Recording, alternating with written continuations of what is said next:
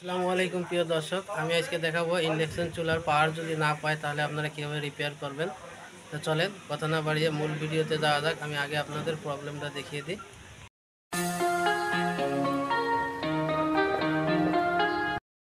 যারা নতুন টেকনিশিয়ান ভাই আছেন ভিডিওটা শেষ পর্যন্ত দেখবেন, আশা করি অনেক কিছু শিখতে পারবেন। তাই ভিডিওটা কোনো রকম স্কিপ না করে শেষ পর্যন্ত ওয়াচ করুন।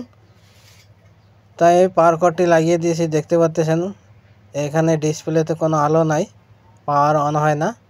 এই ধরনের প্রবলেম আসলে আপনারা কিভাবে রিপেয়ার করবেন, কোথা থেকে শুরু করবেন, আমি আপনাদের সব A to Z দেখিয়ে দিব। তো আমি পাওয়ার কর্ডটি খুলে নিয়েছি। এখন আমি এই ইন্ডাকশন চুলার যে ব্যাক পার্টটি আছে এই ব্যাক পার্টটি খুলে নিব। তো দেখতে পাচ্ছেন এই স্ক্রুপগুলো আমরা খুলে রেখেছি। তো এই স্ক্রুপগুলো আপনারা খুলে নেবেন। এই স্ক্রুপগুলো না খুললে এগুলা চুলাটা খুলতে পারবেন না। তো স্ক্রুপটি খোলা হয়ে গেছে, এখন আমরা এই গ্লাসটাকে খুলে নিব। তো উপরের গ্লাসটি এইভাবে উঠিয়ে নেবেন, ডিসপ্লের কানেকশানটি খুলে নেবেন, আগে টান দিবেন না। আমার চ্যানেলে নতুন দর্শক হয়ে থাকলে প্লিজ চ্যানেলটা সাবস্ক্রাইব করে বেল আইকন অন করে দিন নতুন নতুন ভিডিও পাওয়ার জন্য। আর যারা আগের থেকে সাবস্ক্রাইব করে রেখেছেন তাদেরকে অসংখ্য অসংখ্য ধন্যবাদ। তো কয়েলের উপরে যে 3টি স্ক্রুপ আছে এটি খুলে নিব আমরা। এই স্ক্রুপ 3টি খোলার পরে আমাদের যে পিসিবি বোর্ডটি আছে, পাওয়ার বোর্ড, এটি বেরিয়ে আসবে। তো দেখতে পাচ্ছেন সেন্সারের কানেকশানটি ছাড়িয়ে দিয়েছি আমি। আগে আমি পাওয়ার কর্ডটি মেপে দেখব যে পাওয়ার কর্ডটি নষ্ট আছে নাকি ভালো আছে। অনেক সময় দেখা যায় যে পাওয়ার কর্ড নষ্ট হয়ে গেলে পাওয়ার পায় না। তো যদি পাওয়ার কর্ড নষ্ট হয় আমরা পুরো পিসিবিটাকে বের করব না, শুধু পাওয়ার কর্ড এখান থেকে চেঞ্জ করে দিব। আর যদি পাওয়ার কর্ড ভালো থাকে তাহলে পিসিবি বোর্ডটাকে চুলার ভিতর থেকে বের করে আমরা আলাদা রিপেয়ার করে দেখাবো আপনাদের। তো পাওয়ার কর্ডটি মাপার জন্য আমি মিটার নিয়েছি, দেখেন। তো কীভাবে মাপতে হয় আমি দেখিয়ে দিচ্ছি। তো দেখতে পাচ্ছেন পাওয়ার কর্ডের দুই মাথায় আমরা যখন মিটার ধরলাম মিটারটি নড়ে উঠলো, তার মানে পাওয়ার কর্ডটি এক প্রান্ত চেক করেছি ভালো আছে, কিন্তু ফিউজটা নষ্ট। তো আমি আরেক প্রান্ত চেক করতেছি, দেখতে পাচ্ছেন পাওয়ার কর্ডটি ভালো। এই পিসিবি বোর্ডে যে এই যে ফিউজ আছে এই ফিউজটি নষ্ট আছে। তো এই ফিউজটি কেটে গেছে। এই ফিউজটি কেন কেটে গেছে আমি আপনাদের আগে দেখিয়ে দিচ্ছি মেপে যে ফিউজটি আসলে কেটে গেছে কিনা। তো দেখেন ফিউজে কোনো কানেকশান নাই, ডিসকানেক্ট হয়ে গেছে।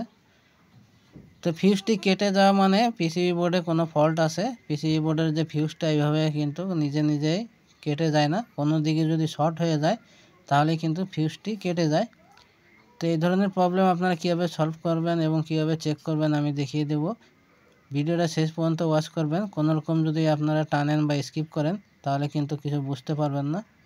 তাই ভিডিওটা শেষ পর্যন্ত দেখবেন, আশা করি অনেক কিছু শিখতে পারবেন।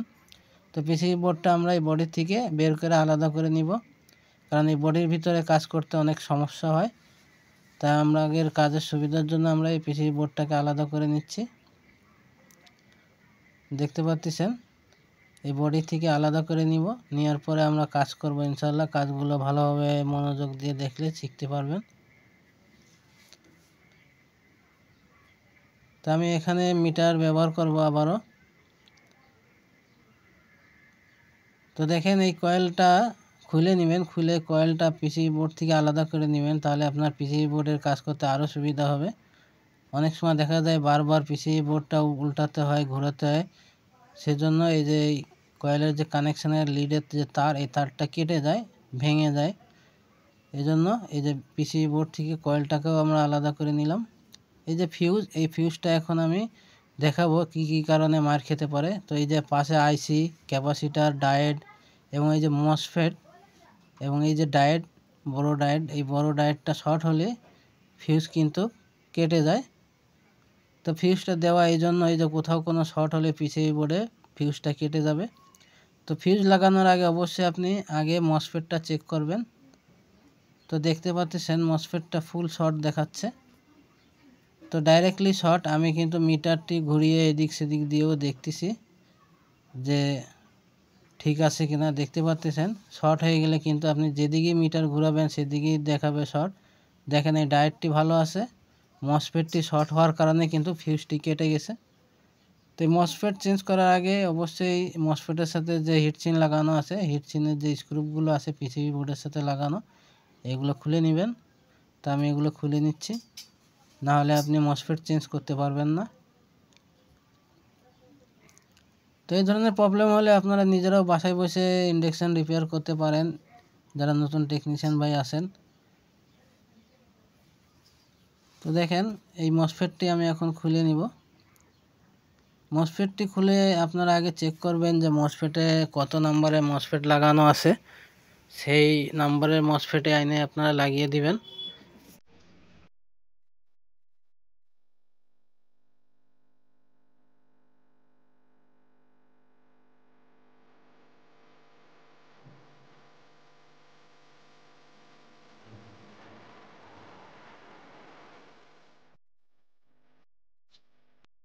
দেখেন আমি মসফেটটি খুলে নিয়েছি এবং মসফেটের উপরে যে এই পেস্টটি ফেলে দিবেন না, রেখে দিবেন। নতুন মসফেটটি লাগানোর সময় এই পেস্টটি লাগিয়ে দিবেন, কারণ এই পেস্টটি মসফেটকে ঠান্ডা রাখার কাজে সাহায্য করে। তো এর নাম্বারটা আমি দেখতে পাচ্ছি 1203 1203।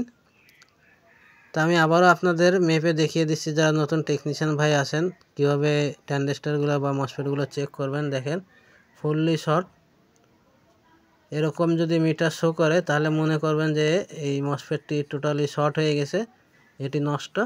তো আমি যে মসফেটটা লাগাবো নতুন মসফেট, এই মসফেটের সাথে আমি আপনাদের মেপে দেখিয়ে দিচ্ছি যে আপনারা কীভাবে বুঝবেন যে মসফেট নষ্ট না ভালো না শর্ট। তো দেখেন পুরনো যে মসফেটটি আছে এই মসফেটটি কিন্তু শর্ট দেখাচ্ছে যে কয়বারই আমি মেপেছি, কিন্তু নতুন মসফেটটাও আমি মেপে দেখিয়ে দিচ্ছি আপনাদের। দেখেন কোনো শর্ট দেখাবে না। তো এইভাবে আপনারা বুঝবেন যে মসফেটটি শর্ট দেখাচ্ছে সেটি নষ্ট হয়ে গেছে, আর যেটি শর্ট দেখায় না সেগুলো ভালো থাকে। তো মসফেটটি আমরা এখন লাগিয়ে দিব। তো মসফেট পুরনো মসফেটটি যেভাবে লাগানো ছিল ঠিক সেভাবে আপনারা লাগাবেন, কারণ ঘুরাই ফিরাই যদি উল্টাই দেন তাহলে কিন্তু হবে না। উল্টো মসফেট লাগানোর সাথে মসফেট কিন্তু নষ্ট হয়ে যাবে। তো মসফেট যেভাবে খুলবেন আপনারা ঠিক সেভাবে মিলিয়ে আবার এখানে লাগিয়ে দিবেন। তো এই পেস্টটি আমি নতুন মসফেটের সাথে দিয়ে দিচ্ছি। তো এই পেস্টটি ফেলে দিবেন না, এই পেস্টটি যদি আপনাদের কাছে থাকে তাহলে একটু বেশি করে দিয়ে দিবেন। তো আমার কাছে নতুন মসফেটের জন্য পেস্ট নাই, তাই আমি আগের যে পেস্টটি ছিল সেটি লাগিয়ে দিচ্ছি। এবং হিটসিনটি স্ক্রু দিয়ে টাইট দিয়ে নেবেন, তারপরে সোল্ডারিং করবেন। আগে সোল্ডারিং করবেন না, আগে হিটসিন লাগিয়ে নেবেন মসফেটের সাথে। আগে সোল্ডারিং করে দিলে মসফেটের সাথে কিন্তু স্ক্রু লাগাতে সমস্যা হয়। তো আমি এখন সোল্ডারিং করে দিচ্ছি। অবশ্যই আপনারা এখানে ভালো মানের মসফেট লাগাবেন, 1 নম্বর মসফেট লাগাবেন, অরিজিনাল যেগুলো সেগুলো লাগাবেন। অনেকে আমাকে কমেন্ট করেন যে স্যার আমরা নতুন মসফেট লাগিয়েছি, লাগানোর পরে কিছু সময় চলছে তারপরে আবার মসফেটটি শর্ট হয়ে গেছে বা মসফেটটি উড়ে যাচ্ছে বারবার, কেন হচ্ছে এই ধরনের প্রবলেম? তো এই ধরনের প্রবলেম হয় আপনারা যে মসফেটগুলো লাগান, কম দামের মসফেট দেন, এই মসফেটগুলো হলো কপি মসফেট, এগুলো আসলে ভালো না। লাগানোর সাথে লোড কিছু সময় নেয় তারপরে উড়ে যায়। সবসময় ভালো মসফেট লাগানোর চেষ্টা করবেন। তো দেখেন এখানে যে ফিউজটি নষ্ট হয়েছে এই ফিউজটি খুলে আমি এখানে বাইপাস কানেকশন করে পিসিবি বোর্ডটাকে চেক করে নিব আগে, তারপরে ফিউজটি তৈরি করে লাগিয়ে দিব। তো এখানে যে ফিউজটি আছে এই ফিউজটির জায়গায় আমি এখানে বাইপাস কানেকশন করে পিসিবি বোর্ডটাকে চেক করব। তো পিসিবি বোর্ড চেক করার জন্য আমি কিন্তু সিরিজ ল্যাম্প ব্যবহার করব এখানে। আপনারা যারা নতুন টেকনিশিয়ান ভাই আছেন সিরিজ ল্যাম্প তৈরি করে রাখবেন, সিরিজ বোর্ড দিয়ে কাজ করবেন আপনারা। তো দেখেন আমি এখানে কিন্তু ডাইরেক্টলি বাইপাস কানেকশন করে দিচ্ছি, ফিউজটি যেভাবে লাগানো ছিল ওইভাবে আমি একটি কিন্তু কানেকশন করে দিয়েছি। এই ফিউজটি আমি রেখে দিচ্ছি, এই ফিউজটি আমি বানিয়ে আবার লাগিয়ে দিব। তো এখন আমি কিছু ভোল্টেজগুলো মেপে দেখাবো আপনাদের, তো আমি পাওয়ার কোডটি লাগিয়ে দিচ্ছি।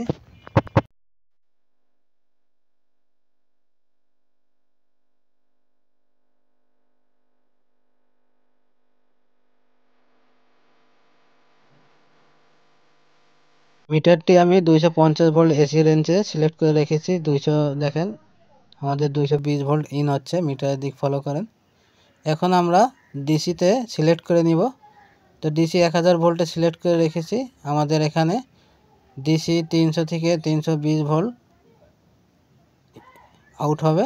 তো এই যে ডায়োডটি দেখতেছেন, ডায়োডের মাঝখান থেকে ঢুকতেছে এসি ভোল্টেজ এবং ডিসি ভোল্টেজটি আউট হচ্ছে 320 ভোল্ট দেখেন। এবং এখানে যে হাই ভোল্টেজ ক্যাপাসিটার আছে এখানেও দেখেন 315 ভোল্ট চলে আসছে। তো তো পিসিবি বোর্ডটা ওকে আছে। এখন আমরা 10 ভোল্টে সিলেক্ট করে ডিসি 10 ভোল্টে সিলেক্ট করে দেখে নিব যে 5 ভোল্ট ওকে আছে কিনা। ডিসপ্লেতে যে ভোল্টেজটা যায় 5 ভোল্ট এবং সুইচিং যেটা করে যে ভোল্টেজ সেটা আমরা মেপে নিচ্ছি। তো 5 ভোল্ট ওকে আছে, দেখতে পাচ্ছেন মিটারে। তো আমাদের পিসিবি বোর্ডটি সম্পূর্ণ ওকে। এখন আমরা এখানে একটি ফিউজ তৈরি করে লাগিয়ে দিলেই হবে।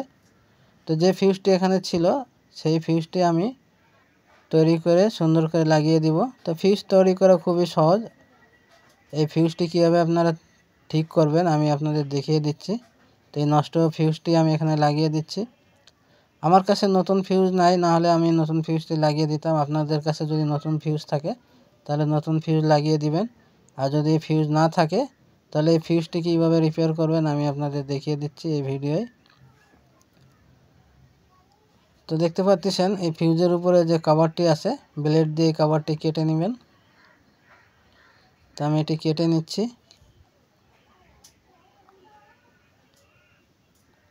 এরপরে দেখেন আমি ফিউজটি একটি চিকন তার দিয়ে, এই যে কেবল ছিলে যে তারটি বের হয় তামার ওয়্যার, এটা দিয়ে কিন্তু আমি এই যে এখানে ফিউজটি তৈরি করে দিয়েছি। এরকম আপনারা চিকন তার নেবেন, 2-3 প্যাচ তার নিয়ে এটাকে সুন্দর করে সোল্ডারিং করে লাগিয়ে দিবেন। দেখেন আমি যে ফিউজটি বানিয়ে দিয়েছি। তো পিসিবি বোর্ড সম্পূর্ণ ওকে হয়ে গেছে। এখন আমরা এটাকে সেট করব।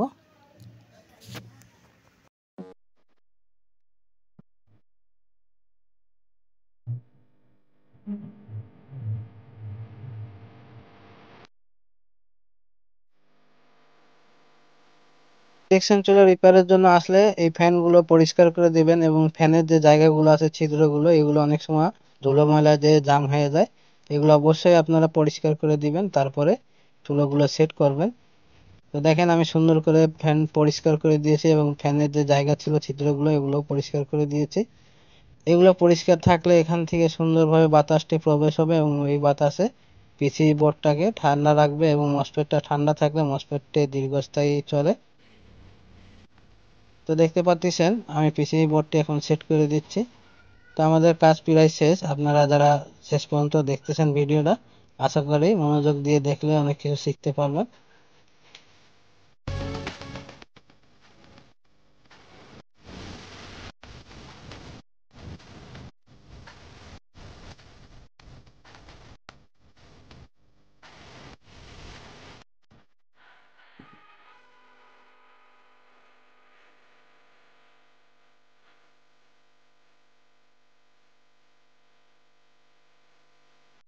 এই কয়েলের যে টার্মিনালটি আছে টার্মিনালের এখানে কিন্তু স্ক্রুগুলো ভালোভাবে টাইট দিবেন। এখানে যদি লুজ কানেকশন থাকে তাহলে কিন্তু স্পার্ক করে এই সার্কিটটি পিসিবি বোর্ডটি পুরোটা পুড়ে যেতে পারে, কারণ এখানে অনেক লোড নেই।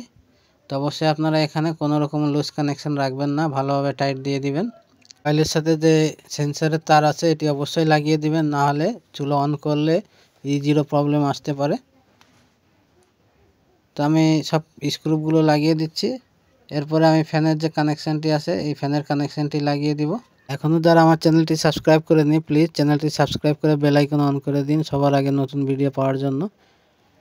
তো আমাদের এই চ্যানেলে ইলেকট্রিক অ্যান্ড ইলেকট্রনিক সকল ডিভাইসের পরে কাজ করা হয় এবং সকল ডিভাইসের ভিডিও আমরা আপনাদের জন্য শেয়ার করি। তাই চ্যানেলটি সাবস্ক্রাইব করে আমার পাশে থাকবেন, অনেক কিছু শিখতে পারবেন। তো দেখেন ডিসপ্লের কানেকশানটি দিয়ে দিচ্ছি। এখন আমরা চুলো অন করে আপনাদের দেখাবো এবং পানিটিও হিট করে দেখিয়ে দিব আপনাদের যে আমাদের এই চুলোয় পানিটি কীভাবে হিট হচ্ছে। আমি পাওয়ার কট লাগিয়ে দিয়েছি। অবশ্যই আপনারা পাত্রে কিছু পানি দিয়ে নেবেন, খালি পাত্র কখনো ইন্ডাকশানে চেক করতে যাবেন না। তো আমি কিছু পানি দিয়ে নিচ্ছি, কারণ ইন্ডাকশান অন করার সাথে সাথে কিন্তু প্রচুর পরিমাণে হিট হয়ে যায়, পাত্রটি পুড়ে যেতে পারে, এই জন্য কিছু পানি দিয়ে দিবেন। তো দেখেন চুলাটা অন করার সাথে কিন্তু চুলা অন হয়ে গেছে। তো এখনই কিছু সময়ের মধ্যেই কিন্তু পানি দেখেন গরম হয়ে যাবে। তো দেখতেই পাচ্ছেন পানিটি কিন্তু ফোটা শুরু করে দিয়েছে। তো ভিডিওটা ভালো লাগলে লাইক করবেন, কমেন্ট করবেন, শেয়ার করবেন। আবার দেখাবেন নতুন কোনো ভিডিওর সাথে। সেই পর্যন্ত সবাই ভালো থাকেন। আল্লাহ হাফেজ।